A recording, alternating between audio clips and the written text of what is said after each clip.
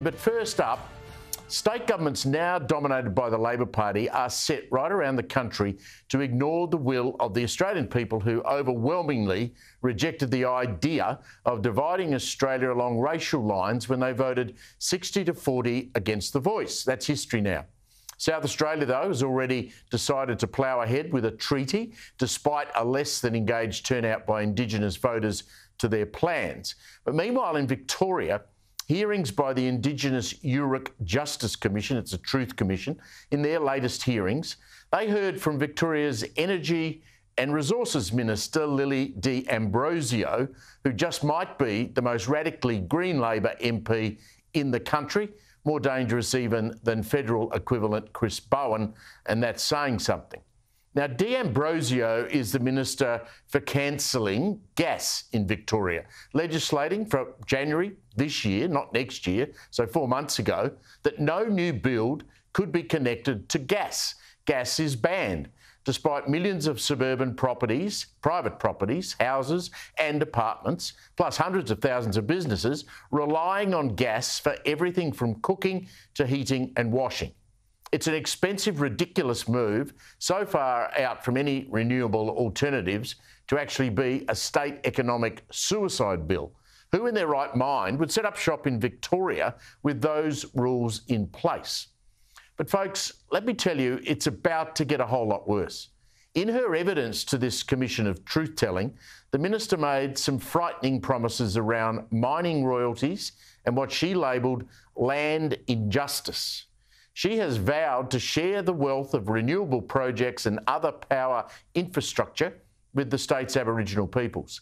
She went on saying, these are her words, it was horrifying that Indigenous people had been shut out of independence and prosperity. Seriously? I thought this was a truth-telling commission. What exactly is she talking about? Well, here is her example from that inquiry.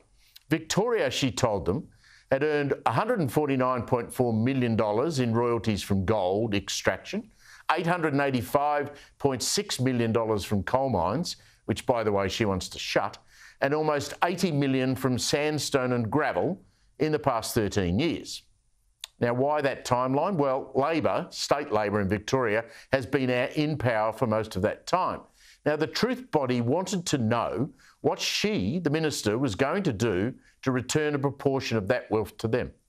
Now, I presume Indigenous people who sit on this commission, drive on the state's roads, use the health system, send their children to school, or use any other state-owned body paid for by royalties from that very mining.